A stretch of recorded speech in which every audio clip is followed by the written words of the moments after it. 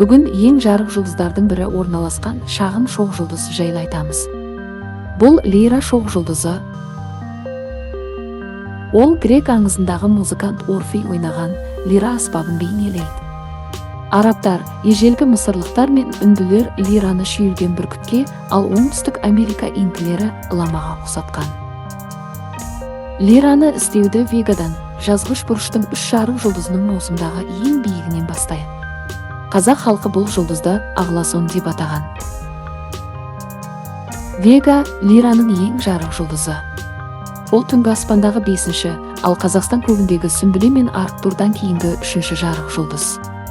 Дүрбімен мынадай параллелограмм құрайтын лираның басқа жұлдыздарын көруге болады. Кейде оларды жүзікке теңейді. Жарқыраған гауһар тасы, әрине, Вега. Лирада басқа да сақина бар. Мұнда әйгілі сақина тұмандығы орналасқан.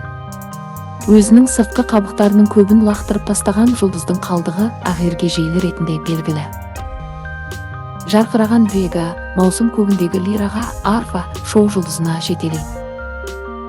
Одан бүркіт, гауһар жүзік, не ылама көрсеңіз де еркіңіз. Ал қазақ аңызы бойынша Ағласон мен Айдасын есімді екі батырдың темір қазыққа арқандап қойған Ақбозаты мен Көкбозатын жеті қарақшы торып жүр. Бірақ аттарды күзетші қарауылдайды. Олардың бәрін бірге көру үшін мамырдың кешінде тура солтүстікке бет бұру қажет.